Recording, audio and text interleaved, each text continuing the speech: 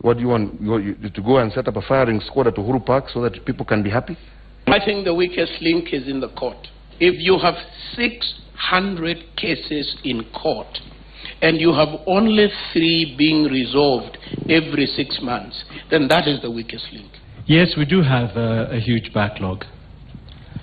But part of the reason that many cases are not proceeding as quickly as they should is because we've got problems when the cases come in. Judge and good brother, what you said before I spoke is what you should do. Sit down,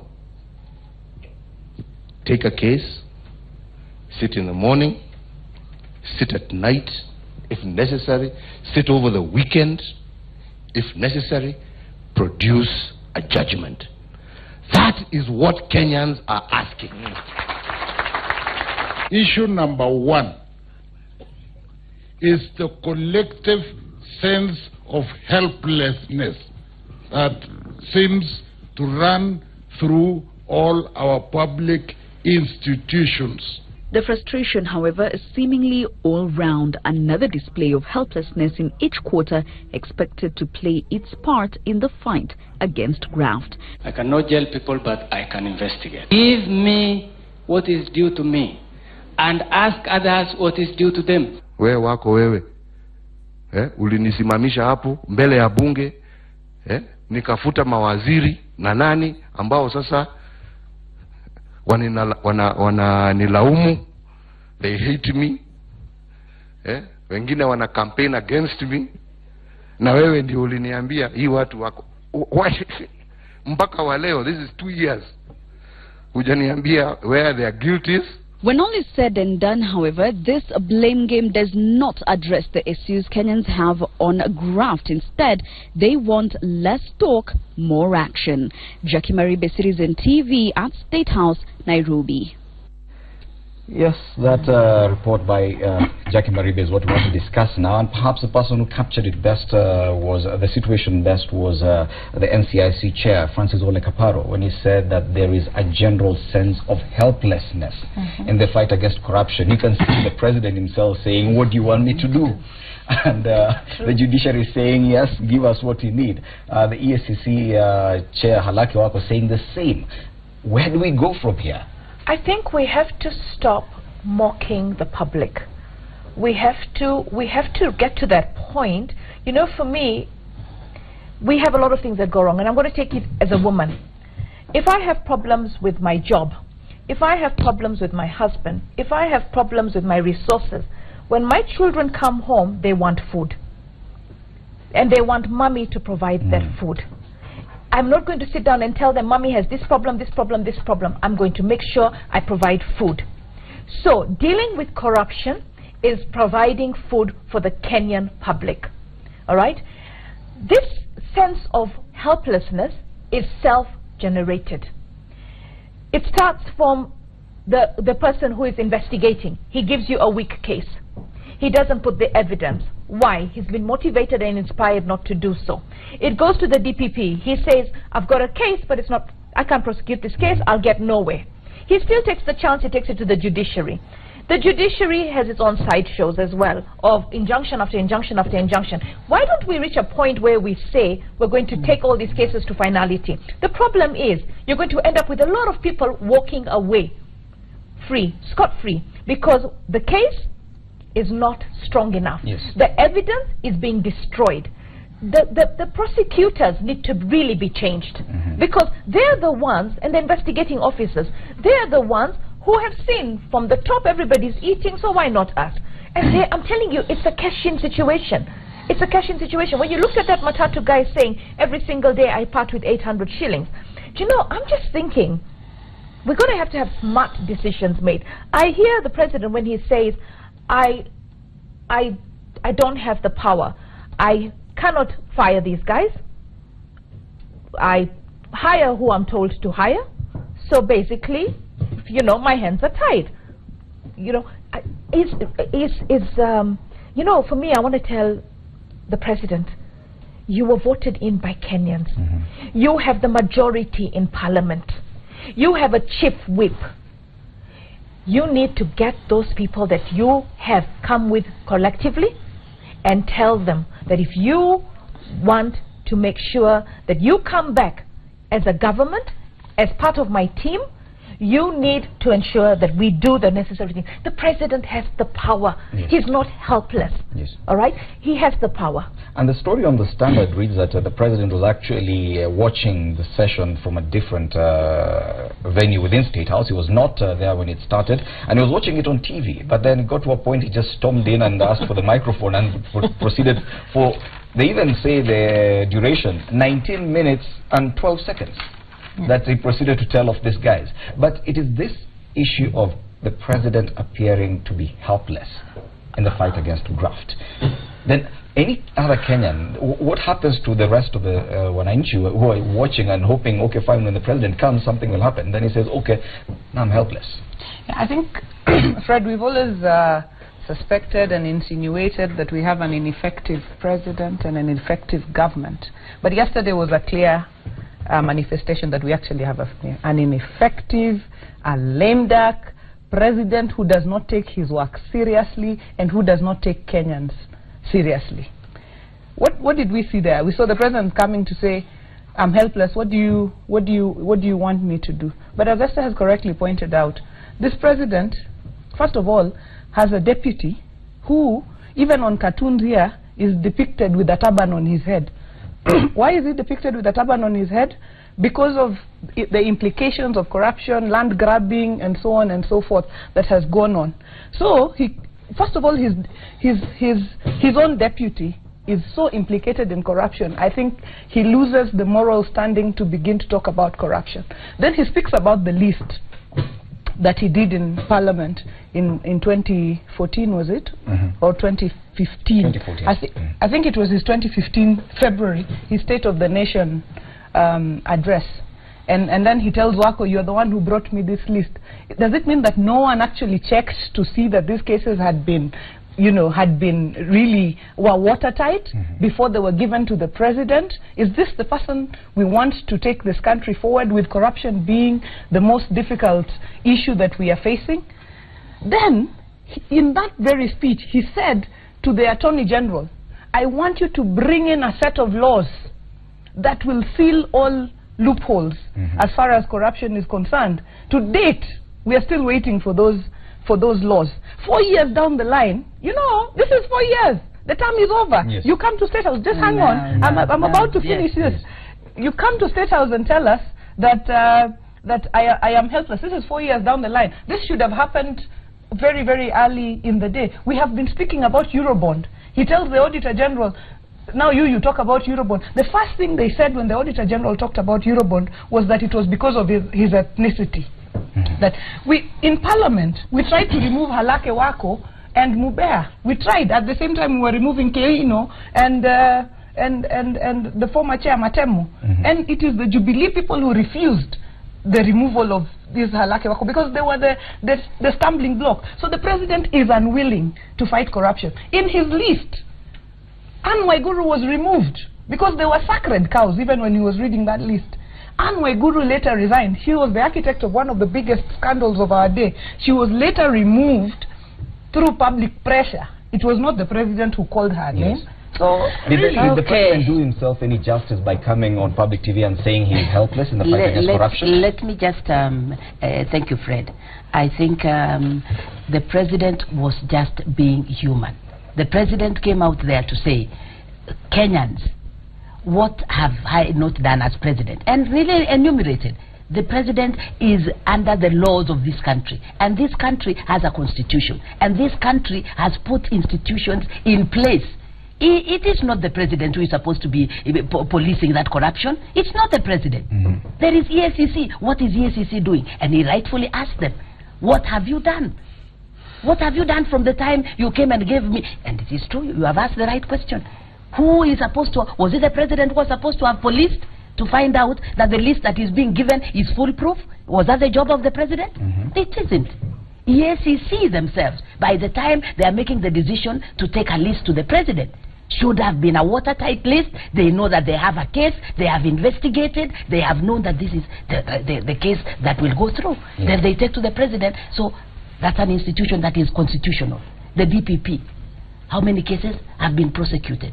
So let's just talk about, you know, where the blame game really comes. But the bottom line is that Kenyans... Where does the buck stop? With the president. It does not the stop. The buck stops here. With the president. My friend. You're neither informed nor listen, before we even go to that, to the president, what was the corruption, how was the corruption in Kenya, even under the Nusumukate government? Was it any? Two wrongs don't make a right. I know, it is true. I agree with you, but I'm trying to say that we cannot begin to come and blame the president, you know, for ills of institutions that are constitutional, that are independent, but that are not delivering. That are not delivering. Let me tell you something. Let's put the blame where it belongs. The office of the president is empowered. I know we have a constitution that has devolved power. Let's say, we have an what do they want that to has do? Devolved power. Yes. But the president has the majority in parliament. Yes. We've got parliamentary select committees. Yes. I've never been a parliamentarian, but I'm telling you that if the president within Duale, who is really tough, right, decided I want to deal with corruption, let me tell you something. We have able Kenyans out there.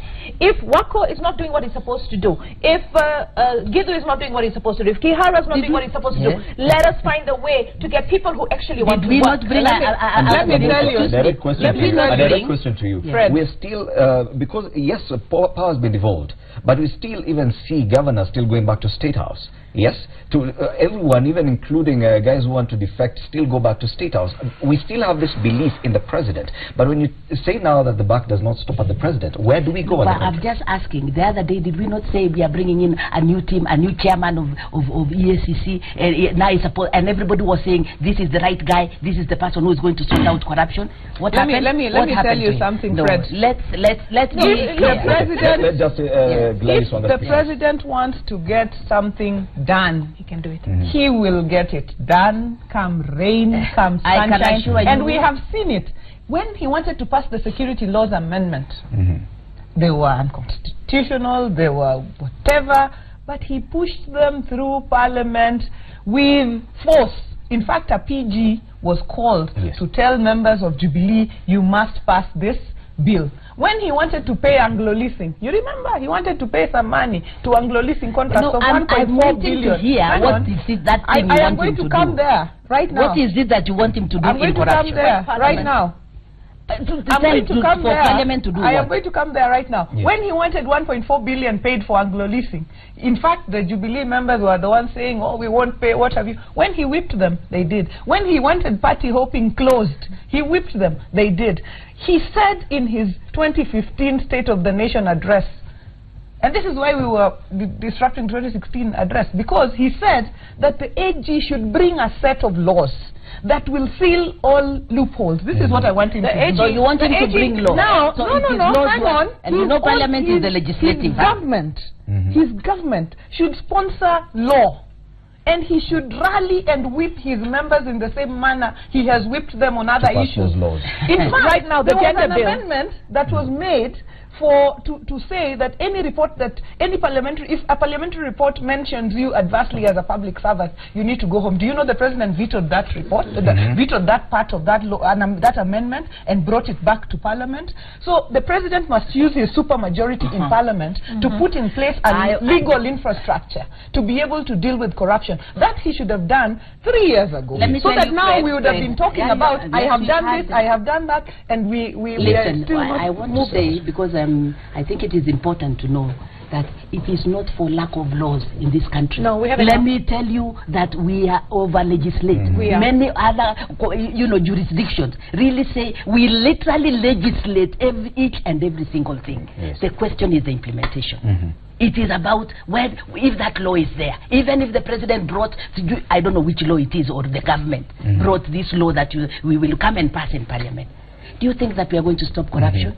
Do you think that that this 800 that policeman is? Are we therefore saying that no presidential candidate should use the fight against corruption as a campaign motto? That I'm going to fight corruption as what you see in my view. It is not about the president. You see, the president came out yesterday and he spoke to his generals. He has Boynet there. He has Githu, he has everybody, all his generals were there, okay? He spoke to them and he told them, I'm helpless, okay? You guys have got to do your job, all right? So for me, he should have read the Riot Act. This is a big issue in our country, all right? And he's developing Kenya, he's doing so much on the one side. I mean, we can see the infrastructure development, etc. But then if it's at the cost of corruption, we're going to end up in a very bad place as a country. I believe that he has to get, basically, for me, every two weeks, the president has to have a meeting. What have you done? You said you had 600 files. What have you done? He has to see a report. This should be, and I want it in the public's domain. So let him sit with them. So if you're coming, he has to let me tell you something. He has to micromanage them until we get it right. Because you know what? From independence up to now, we've been talking corruption, and the cost of corruption is poverty, unemployment, all right, lack of investor confidence, etc. Kenya is in a good place right now. He's got to ride with it. He's got to ride with it. We're not talking about small corruption. Let's take Eurobond as an example. When the issue of Eurobond was raised, and the Auditor General himself said, the 205 billion of the Eurobond money proceeds. These are debts. These are debts we are paying. We are not just us, including our grandchildren will pay. And we asked, it was simple, what has the Eurobond done? Just account for that. Then we were told Eurobond was 45 million of the Eurobond, or 45 billion of the Eurobond was part of the money that was stolen at the NYS as well. Now, there was a simple question asked on that particular line. Can you tell us, Treasury, can you please tell us what projects did the Eurobond fund? Just as simple as that. Do you know, and that was a question to the executive, which the president heads. If the president was truly serious about projecting his government as a government that is corruption-free, by now Kenyans should have known. Fred, this Eurobond, will President Uhuru Kenyatta use the fight against corruption as one of his he will have evidence. He will have evidence as one of the agenda for his re-election campaign. He will use that because he has done. But he says no other president has gone and literally dismantled his politically, gone out of his way. He has he's sacked his ministers, his PSs. He's done literally. Please. And then you've talked about let's go to the Eurobond. He will have evidence to show Kenyans that he did his best, and then. If the institutions that have been constitutionally charged with that responsibility have not done their no, before I wanted to talk about the Eurobond. Eurobond, we have talked about this Eurobond thing. We asked the opposition leader, go to Treasury with your team, go and be run through what this Eurobond thing is, what it has done. Put it in public. No. Why and then secondly, other institutions have also given it and said there is no money that was lost. So if you keep harping on about money that is lost, you are not willing to go down to the basics, and you want to make it an election, an election thing. That is for you have. It is the onus is on you to prove that actually that money has been misused. You haven't come up with any facts. It is sensational issues. Ladies, I feel on this particular issue we're just going round and round in circles. No one is really offering a way forward because surely. If the president himself wouldn't. It is because corruption is one of the major issues that we have in this country, and it is not going to happen because it is not the president's responsibility alone. It is the responsibility of each and every one of us Kenyans. Look at yourself first of all and start with yourself. And what are you doing? Because of time, I'll ask you that we move on from that issue. But back to the issue, the matter, the fact that the judiciary was accused of being the weakest link in the fight against corruption, away from the presidency. And as we wrap up, I know you have a matter before the judiciary. Do you still have faith in the judiciary, even with them being accused that they're the weakest link in this fight against corruption? Let me tell you something. Unfortunately, whether you have faith or you don't have faith, you have to go through the judicial process. Any judge who makes the wrong decision will be judged harshly. Any judge implicated on corruption will be judged harshly. The one thing I want to appeal to everybody that's there, you know, it's sad when you hear a lawyer talk to you and say, oh, this judge is very corrupt. This judge doesn't understand the law. This judge is basically favors the government. So you end up with those conversations. But you know something? When you have a judge, you have to go with the judge, all right? And then the judge makes the decision. And then you can take your case. Like right now I'm at the courts of the High Court. Then I have the Court of Appeal. Then I have the Supreme Court. So the government, the constitution that we fought for, has given us the ability to go all the way to the Supreme Court to try and get justice. Hopefully something will give and you will get your justice. But the most important thing, this is what I want to say to Kenyans, including our president. There comes a time when you have to find your connection to God. And I'm talking about the real God, not the church that we go and worship and we make a political statement and we feel like we are spiritual. Religion is not spirituality. Spirituality goes deeper. Take your inner consciousness. You know, you don't need God to come and say you're going to hell or you're going to heaven. You already know where you're going. It is in your core. Yes, all right, there are people that are poor. Let me tell you, the other day I was at Mlimani Commercial Court. There's a man called Joel. He tried to get my attention in that court. And he said to me, he says, Mama, please take this paper, take this paper. His mother died over the weekend. He lives in Kibera. He's a tailor earning 300 shillings. The customs require that he takes his mother's body back to Mumias. The customs require that he builds a shed for his mother. All right? He has to transport the body. The body is at Nairobi Women's Hospital, mortuary. I go there. 5,800 shillings. I could not understand why City Council mortuary is charging 9,800 and a private hospital like Nairobi Women's is charging 5,800. But let me tell you something as basic as that. This man is now not at work. Okay, he's a casual laborer. He earns 300 if he tailors 2 pairs of trousers. His mother is lying in the mortuary. He cannot afford to bury his mother. We have poverty. Yes. We have people who can't pay their hospital bills. We have families that are going down. Can we get down and get serious? Yes, and in a short while, Cheche will be up with Udwa Kamimo, Mutegi Njau, and Charles Odhiambo, and we need to make room, make way for that show. So, final remarks as we wind up this news review. I think my parting shot is, you know, for all their weaknesses, never has any president of this country pleaded helplessness. It has never happened. It is shocking. It is disillusioning, really. The president is in the wrong place. He needs to give way to a real president.